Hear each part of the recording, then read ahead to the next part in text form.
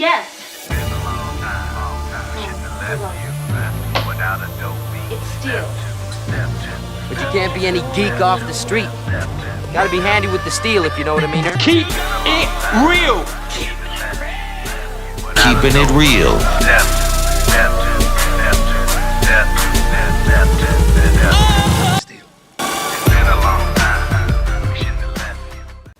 Hello and welcome to the channel. My name is Steven and this is Steel Keeping It Real.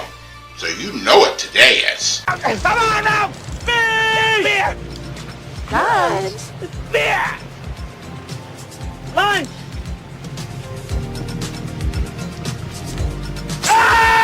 That's right, it is Yacht Rock Wednesday. And on this day I like to feature adult contemporary hits from the 60s, 70s, 80s, 90s, 2000s, and they're normally of a Caucasian persuasion. Now the next song that I am doing also comes from a British artist, and it is also a song that is about a relationship that might not be going in the right direction. And that is the song Fool, and in parentheses, If You Think It's Over, and it's by Chris Rea. Now, I've always liked this song just because it's mellow and, you know, it's almost unassuming, but especially to somebody that I would have been like 9 or 10 years old when this song came out, I don't know the whole deep meanings of the song. I don't get that until, you know, later on in my years. Actually, until I'm actually in a relationship and then I actually feel that, that pain that comes from, you know, a relationship that isn't going in the right direction. Now, the weird thing about this is that this guy did this song 3 times, but the first time he did it in 1978, it did not do so well for him in the UK. And the story goes is that when Ray and his wife, he was in 1978, and during Christmas, he was on an overnight drive from London, where while considering abandoning what he saw was his failing singing career to fall back on his family's established business of running a restaurant. However, when Ray and his wife reached their home in the early morning, it says, "We opened the door of the house we were just about to lose the mortgage on, and the snow fell into the hall and it didn't melt. It was that cold. And there was one letter on the floor, and the letter, in fact, accompanied by a substantial royalty check generated by this particular song, enabled Ray to buy a Ferrari 308 GTA. That's a big deal. You think like, fuck it, you know, we're gonna lose a house, we're gonna lose this, we can't even turn on the heat. Oh, what's this letter, honey? Probably some other bad news. Oh, snap! It's money! So I could only imagine that feeling. It probably felt really, really great for him. But after that, you know, he had certain kind of hits in the UK, but he never charted again in the United States. So what does he do? So in 1988, he redoes the song. And doesn't do what it did in 1978, but, you know, people remember it and they're like, hey, there's that song and there's that guy. Okay, we like it.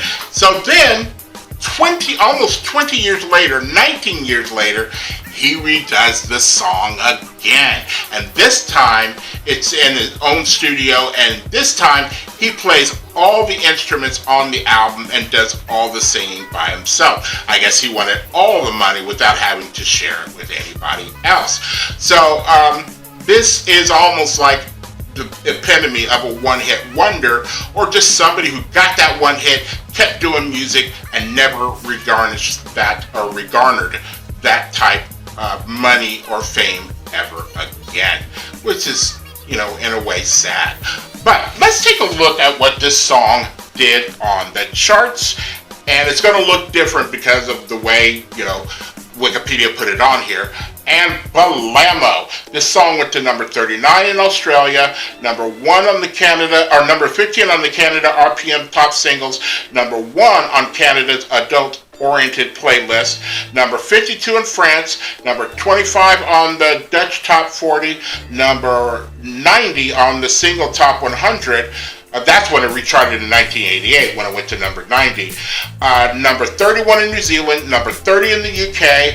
Then, the United States, he went to number 12 on the Billboard Hot 100, number 10 on the Cashbox Top 100, and number 1 on the Billboard Easy Listening, which is just another way of saying adult contemporary. So he was doing pretty well.